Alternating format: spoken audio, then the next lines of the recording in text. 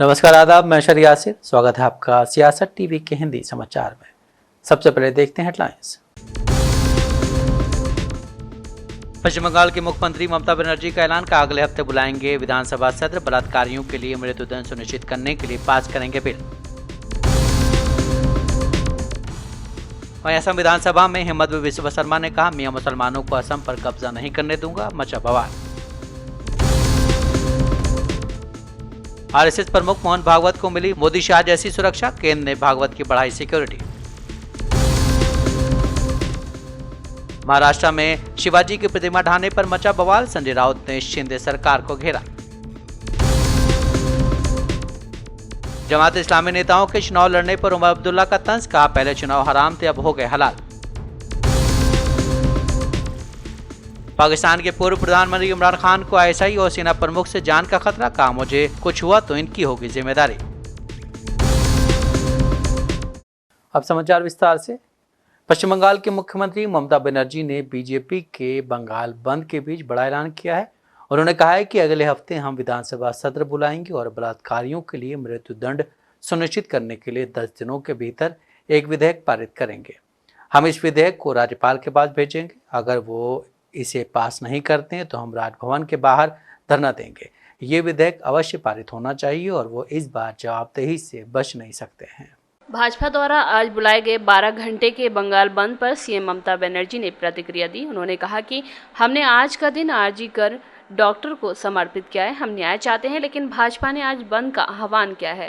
वे न्याय नहीं चाहते, वे केवल बंगाल को बदनाम करने की कोशिश कर रहे हैं। सीएम ममता ने कहा कि हम इस बंद का समर्थन नहीं करते। भाजपा ने कभी भी यूपी, मध्य प्रदेश और यहाँ तक कि मणिपुर के मुख्यमंत्रियों के इस्तीफे की मांग नहीं की। हमने कल की तस्वीरें देखी। मैं स्थिति को अच्छी तरह से संभालने के लिए पुलिस को सलाम करती हूँ। देश में इस वक्त जिस तरह का माहौल मुसलमानों के खिलाफ बनाया जा रहा है, वो देश के लोकतंत्र के लिए खतरा बनता जा रहा है। आजकल देखा जा रहा है कि कई बीजेपी शासित प्रदेश के मुख्यमंत्रियों ने मुसलमानों के खिलाफ खुले तौर पर बोलना शुरू कर दिया। इसी बीच असम के मुख्यमंत्री हिमंत बिस्वा शर्मा ने कहा है कि वो पक्षपात करेंगे और मियां मुसलमानों को असम पर कब्जा नहीं करने देंगे। शर्मा नौगांव में 14 साल की एक बच्ची के साथ रेप और उसकी हत्या की घटना के पृष्ठभूमि में राज्य में कानून व्यवस्था की स्थिति पर विपक्षी दलों के कार्यस्थगन प्रस्ताव के संबंध में विधानसभा में बोल रहे थे। उन्होंने कहा कि अगर जनसंख्या बढ़ोतरी को नियंत्रित रखा जाता तो अपराध की दर नहीं बढ़ती। इसी पर विपक्ष की तरफ से प्रतिक्रिया आई है।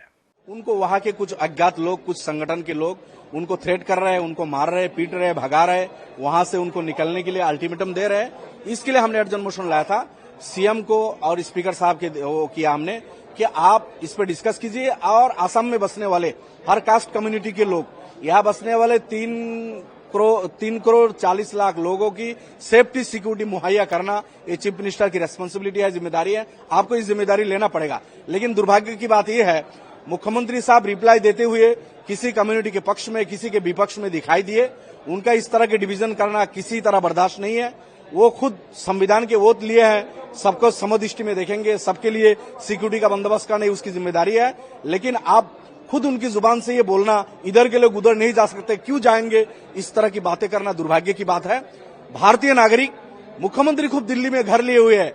जब मुख्यमंत्री साहब दिल्ली में घर बना सकते हैं तो अपने स्टेट के एक जिला के लोग दूसरे जिला में क्यों नहीं जा पाएंगे काम करने के लिए या घर बनाने के लिए? जा सकते हैं।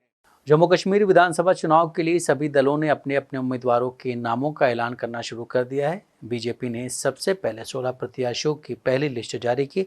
इसके बाद नेशनल कॉन्फ्रेंस ने 18 उम्मीदवारों की लिस्ट जारी की है। ठीक ऐसे ही नेशनल कॉन्फ्रेंस के साथ गठबंधन करने वाली कांग्रेस ने भी 9 सीटों पर अपने उम्मीदवारों के नामों का ऐलान किया है।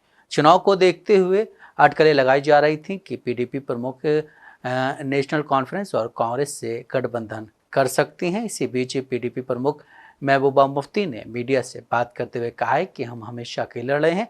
जब से हमारी पार्टी बनी हम अकेले लड़े हैं और लोगों के सहारे लड़े हैं, लोगों की तकलीफें दूर करने के लिए लड़े हैं। देखिए, हम तो हमेशा अकेले लड़े हैं। 99 से जब से हमारी जमात बनी है, हम तो हमेशा अकेले लड़े हैं और लोगों के सहारे लड़े हैं। लोगों को की तकलीफें दूर करने के लिए लड़े हैं। मैं तो कांग्रेस में थी, सीएलपी लीडर थी, मुफ्ती साहब मेंबर पार्लियामेंट थे, तो हमने छोड़ के एक ऐसा प्लेटफॉर्म पीडीपी बनाई जिसका काम है, जिसका बेसिक एजेंडा है जम्मू कश्मीर को एक बाइज्जत दौर में लाना, एक पीस में डिग्निटी देना। तो हम उस एजेंडे को लेके चले। हमारे साथ कोई चलता है नहीं आता है लोग। हरियाणा से कांग्रेस सांसद दीपेंद्र सिंह हुड्डा ने कहा है कि जेजेपी और आईएनएलडी ये दोनों ऐसी पार्टियां हैं जो भाजपा के इशारों पर पिछले 10 साल से प्रदेश में राजनीति कर रही हैं। ये हरियाणा की जनता समझ चुकी है। जेजेपी और आईएनएलडी दोनों वोट काटू की भूमिका निभा चुके हैं।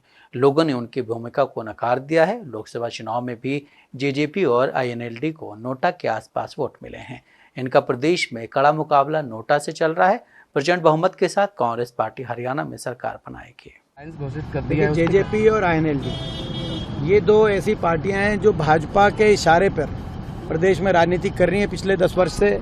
ये हरियाणा की जनता समझ चुकी है। जेजेपी और आईएनएलडी दोनों वोट काटू की भूमिका में आ चुकी हैं और लोगों ने उनकी भूमिका को नकार दिया है। आपने देखा लोकसभा चुनाव में भी जेजेपी और आईएनएलडी दोनों पार्टियों को नोटा के इर्द गिर्द उनको वोट मिली। तो इनका कड़ा मुकाबला प्रदेश में चल रहा है, मगर नोटा से चल रहा है, जेजेपी का आईएनएलडी का, ये स्थिति। दीपेंद्र जी, पूरे प्रदेश में आप रैली कर रहे हैं, घूम रहे हैं, लोगों से मुलाकात कर रहे हैं, क्या आंकड़ा भी आपको लग रहा है कांग्रेस पार्टी कितनी सीटें जीतने जा रही है? जो आंकड़ा, जितना भी आकलन आप करेंगे उससे ज्यादा सीट हम आपको जीत के दिखाएंगे। प्रचंड बहुमत से कांग्रेस पार्टी हरियाणा में ऐतिहासिक बहुमत के साथ सरकार बनाएगी, ये हमारा विश्वास। केंद्र सरकार ने आरएसएस प्रमुख मोहन भागवत की सुरक्षा को और मजबूत कर दिया है। उन्हें अब प्रधानमंत्री नरेंद्र मोदी और केंद्रीय गृह मंत्री अमित शाह जैसी सुरक्षा मिलेगी। दरअसल गृह मंत्रालय ने मोहन भागवत की सुरक्षा को Z+ से बढ़ाकर ASL में बदल दिया है। साथ ही आपको बता दें कि आरएसएस प्रमुख को अभी तक Z+ श्रेणी की सुरक्षा मिली हुई थी। मीडिया रिपोर्ट्स में दावा किया जा रहा है कि गृह मंत्रालय ने कई जगहों पर मोहन भागवत की सुरक्षा में ढिलाई देखी, जिसके बाद ही उन्होंने नए सुरक्षा प्रोटोकॉल पर काम करना शुरू किया और आरएसएस प्रमुख की सुरक्षा को और मजबूत करने का फैसला लिया गया है। ऐसा बताया जा रहा है कि कई भारत विरोध संगठन उन्हें निशाना बना रहे हैं। उनकी सुरक्षा बढ़ाए जाने को लेकर सभी राज्यों और केंद्र शासित प्रदेशों में इसकी जानकारी दी गई है। अब नई सुरक्षा श्रेणी के मुताबिक CISF की टीम उस स्थान पर पहले से ही मौजूद रहेंगी जहां मोहन भागवत दौरा करेंगे। मोहन भागवत को जून 2015 में Z+ की सुरक्षा दी गई थी। इससे पहले कांग्रेस सरकार ने भी उन्हें Z+ सुरक्षा कवर देने का आदेश दिया था। हालांकि उस समय केंद्रीय औद्योगिक सुरक्षा बल ने कर्मियों और वाहनों की कमी के कारण उन्हें Z+ सुरक्षा उपलब्ध नहीं कराई थी। Z+ सुरक्षा में 36 पुलिसकर्मी शामिल होते हैं, जिसमें NSG के भी 10 कमांडो होते हैं। बता दें ASL श्रेणी की सुरक्षा से संबंधित जिला प्रशासन, पुलिस, स्वास्थ्य और अन्य विभाग जैसी स्थानीय एजेंसियां शामिल होती हैं। जिस स्थान पर मोहन भागवत कार्यक्रम के लिए जाएंगे वहां पहले से ही एक टीम मौके का निरीक्षण करने जाएगी। उनके ग्रीन सिग्नल देने के बाद ही मोहन भागवत उस कार्यक्रम में शामिल होने जाएंगे।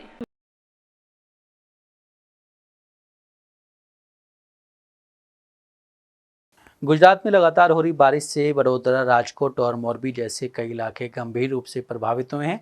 नदी के आसपास के गांव के लिए चेतावनी जारी की गई है। स्थिति गंभीर बनी हुई है।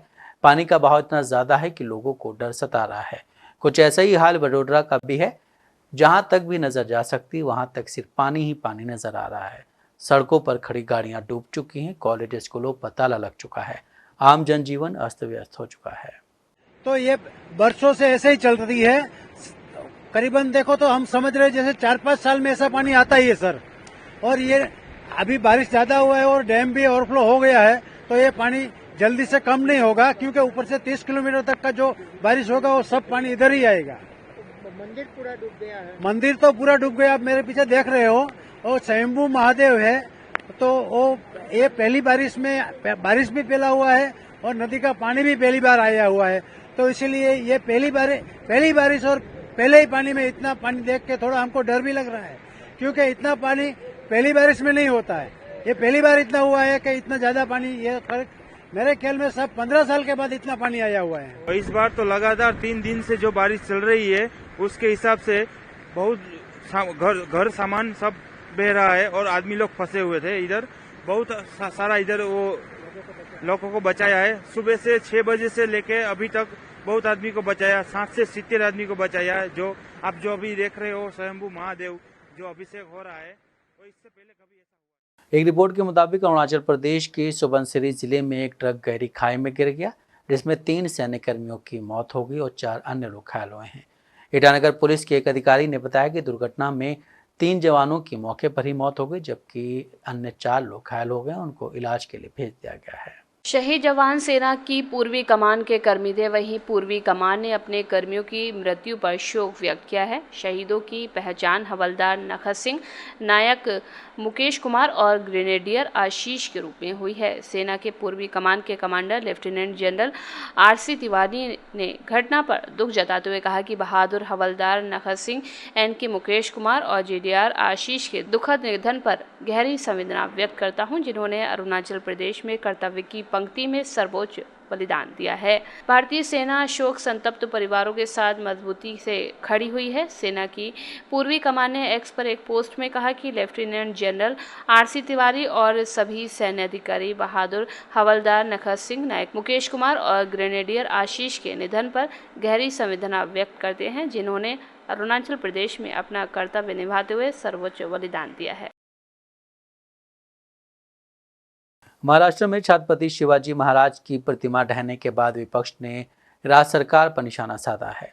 उद्धव गुट के सांसद और शिवसेना नेता ने इस घटना को लेकर सीएम एकनाथ शिंदे पर गंभीर आरोप लगाए हैं। उन्होंने पीएम मोदी को लेकर भी बड़ा बयान दिया है। संजय राउत ने कहा है कि कुछ लोगों के मन में सत्ता का नशा इस कदर चढ़ गया है कि उन्हें अब जमीन पर टिकना मुश्किल हो रहा है। देखिए, हाईकोर्ट जज, सिटिंग जज के नेतृत्व में एक एसआईटी स्थापन होनी चाहिए। नहीं तो ये लोग क्या करते हैं, अपने लोगों को बिठाते हैं एसआईटी में, अपने लोगों को। ऑफ कोर्स हाईकोर्ट में भी उनके लोग बैठे, आरएसएस के बहुत से लोग बैठे। तो मैं तो मांग करूंगा कि हाईकोर्ट जज से इंक्वायरी करो, लेकिन ये सब अब ये मामला ठंडा होने वाला नहीं। आज मालवण में मोर्चा है, आदित्य ठाकरे जी इस मोर्चा का नेतृत्व करेंगे। शिवसेना ने मोर्चा निकाला है, लेकिन उसमें और भी पार्टी के प्रमुख नेता महाविकास आघाड़ी के शामिल होंगे। मैं भी खुद जा रहा हूं परसों, हम भी वहां जाएंगे, हम भी देखेंगे। लेकिन पूरे महाराष्ट्र में जिस प्रकार के लोगों के मन में एक उद्रेक है, हाँ, तो देखते हुए महाराष्ट्र में क्या होगा मुझे पता नहीं। मुद्दा तो मालवण का भी रहेगा। छत्रपति शिवाजी महाराज का पुतला जिस प्रकार से गिरा हो, उसके बाद जो राज्य में स्थिति निर्माण हो गई, ऐसे बहुत से मुद्दे हैं जिसके ऊपर तुरंत चर्चा हमको करनी पड़ेगी। तो माननीय शरद पवार जी, नाना पटोले जी आज मातोश्री में आएंगे, उद्धव जी के साथ चर्चा करेंगे। सब तीनों नेता मिलकर जरूर चर्चा करेंगे और आगे की रणनीति तय करेंगे।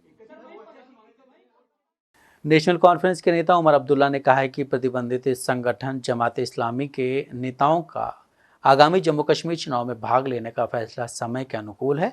उन्होंने कहा है कि हमें बताया गया था कि चुनाव हराम है, लेकिन अब हलाल कैसे हो गया। खैर, देर आए दुरुस्त आए।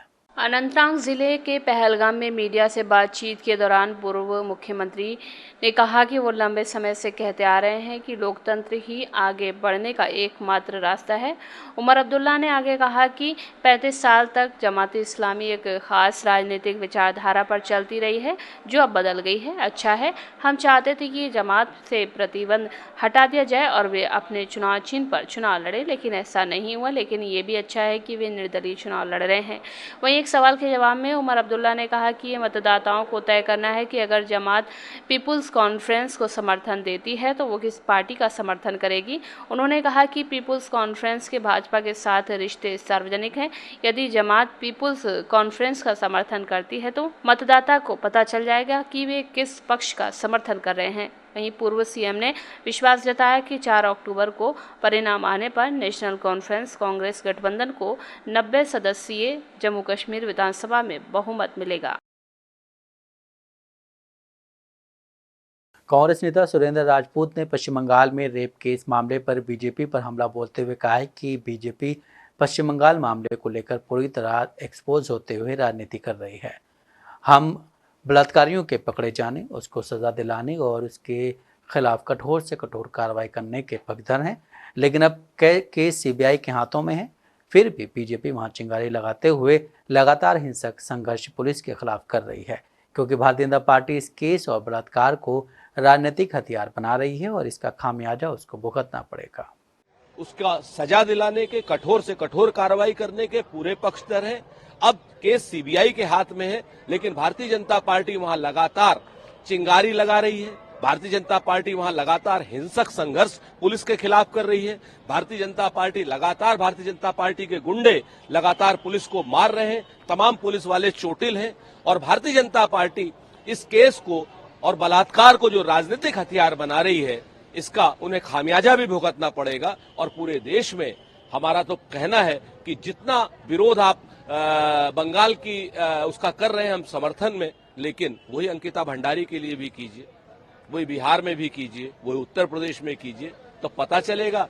यहां पर तो आपकी सरकार है और वहां पर आपकी सरकार नहीं तो सिर्फ सरकार को लाने के लिए आप बलात्कार को राजनीतिक हथियार के रूप में इस्तेमाल कर रहे हैं। नाराज तो लोग हैं।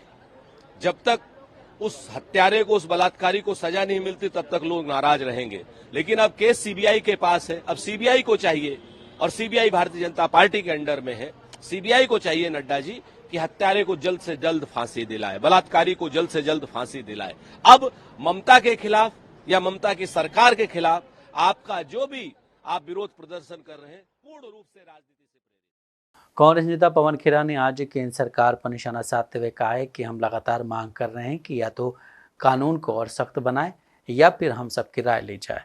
उन्होंने कहा है कि साथ बैठिए और बात कीजिए और एक जिम्मेदार सत्तारूढ़ राजनीतिक दल की तरह व्यवहार कीजिए। आप चुनिंदा आक्रोश करते हैं, आपको इस दिशा में कदम उठाने चाहिए कि हम कानून को मजबूती से कैसे लागू कर सकें ताकि महिलाओं के खिलाफ अपराध जो लगातार बढ़ रहे हैं वो कम हो सकें। देखिए, प्रोटेस्ट में हिंसा का स्थान नहीं होता। कांग्रेस पार्टी ने हमेशा इस बात पर जोर दिया है कि लोकतंत्र में अहिंसक आंदोलन का ही स्थान है, हिंसा का कोई स्थान नहीं।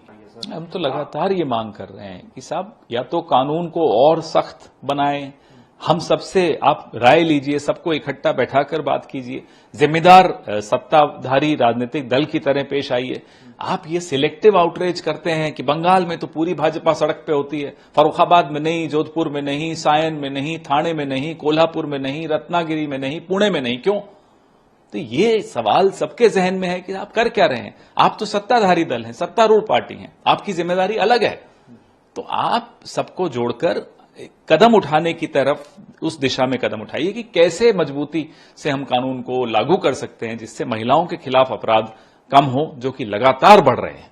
देखिए, अभी जांच चल रही है, जांच के और अदालत की भी कार्रवाई चल रही है, तो उसमें हर टिप्पणी पर, सीबीआई की हर बात पर हम अपना टिप्पणी दें, रुख बताएं, इसमें मुझे नहीं लगता कोई मायने रखती है। दिल्ली सरकार में मंत्री और आपके नेता सौरभ भारद्वाज ने कहा है कि अभी तक उपराज्यपाल ट्रांसफर पोस्टिंग को लेकर कहते थे कि दिल्ली के मुख्यमंत्री जेल में है, इस वजह से NCCSA की मीटिंग नहीं हुई है, इसे ट्रांसफर पोस्टिंग नहीं कर सकते हैं।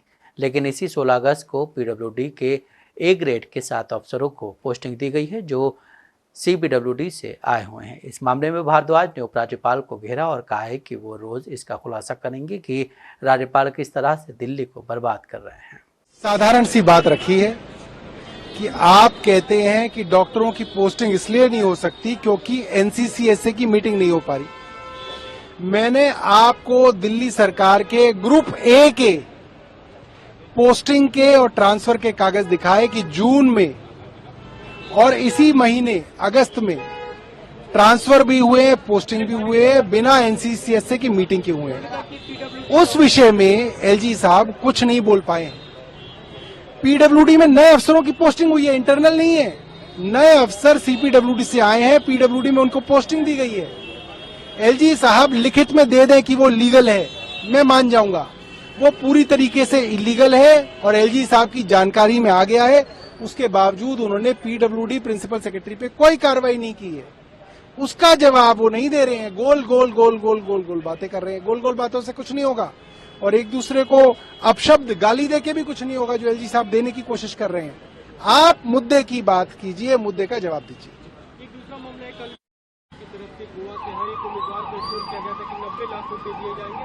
इससे पहले लोग अपने चार्जशीट में कहते थे कि 45 करोड़ रुपए साउथ ग्रुप की तरफ से दिए गए थे गोवा चुनाव में। देखिए, केंद्र सरकार और सीबीआई और ईडी क्या कहती है उसकी कोई वैल्यू नहीं है, क्योंकि वो तो झूठ का पहाड़ है। बड़ी बात यह है कि सुप्रीम कोर्ट ने कल क्या कहा।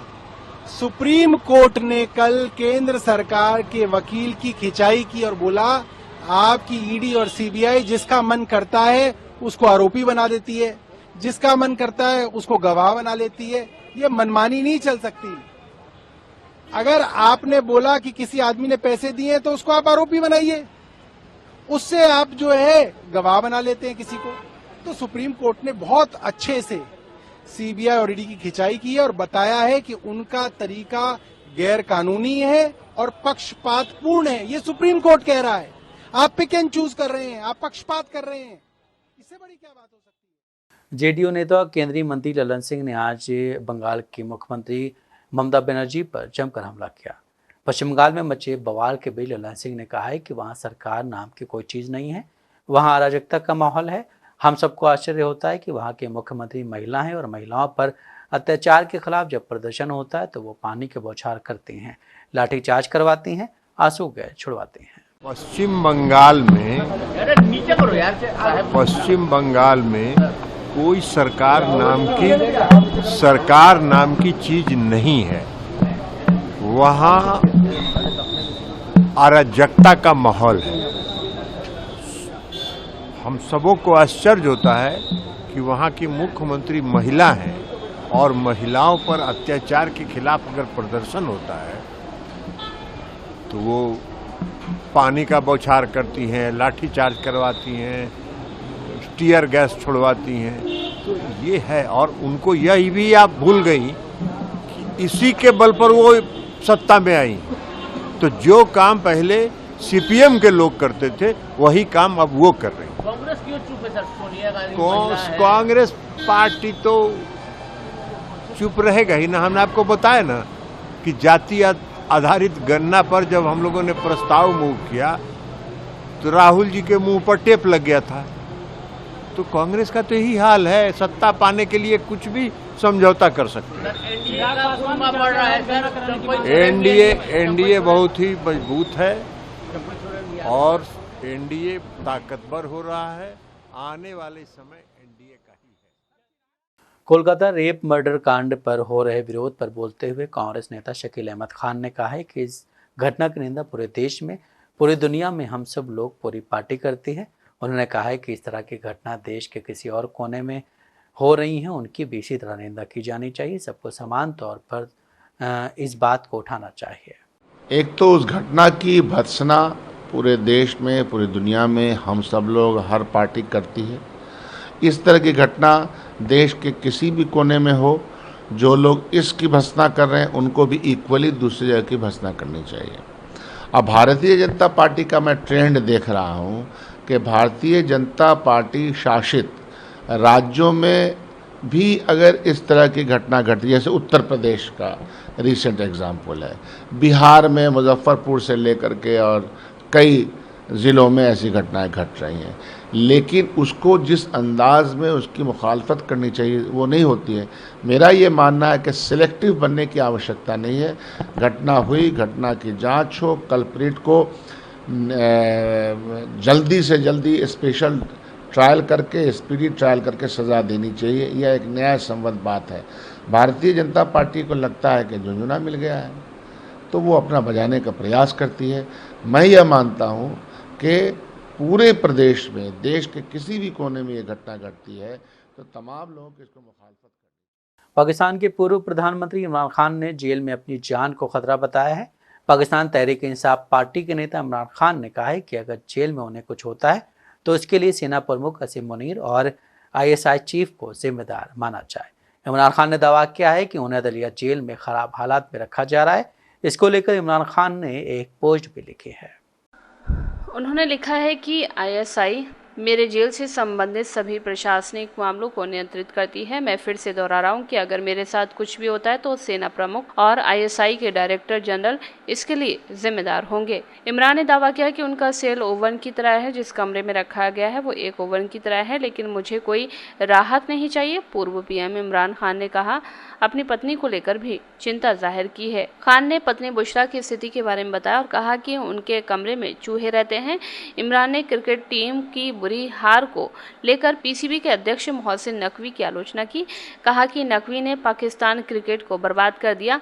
बता दें कि पाकिस्तान के पूर्व प्रधानमंत्री को पिछले साल 9 मई 2023 को पुलिस ने गिरफ्तार किया था। उसके बाद से तोशाखाना केस से लेकर अवैध विवाह और कई क्रिमिनल केस दर्ज किए थे। अभी हाल ही में खबर आई है कि उनकी गिरफ्तारी के दौरान 9 मई को पाकिस्तान में हिंसा का केस सैन्य कोर्ट में चलाया जाएगा। इसके साथ ही इमरान खान के एक्स से ये पोस्ट जारी की गई है कि जेल में अगर उनको कुछ होता है तो उसका जिम्मेदार सेना और ISI होगी। इस बयान के बाद से पाकिस्तान में काफ़ी चर्चा हो रही है। हिंदी समाचार यहीं समाप्त होता है। मुझे दें इजाजत। बाकी खबरों के लिए बने रहें सियासत TV के साथ।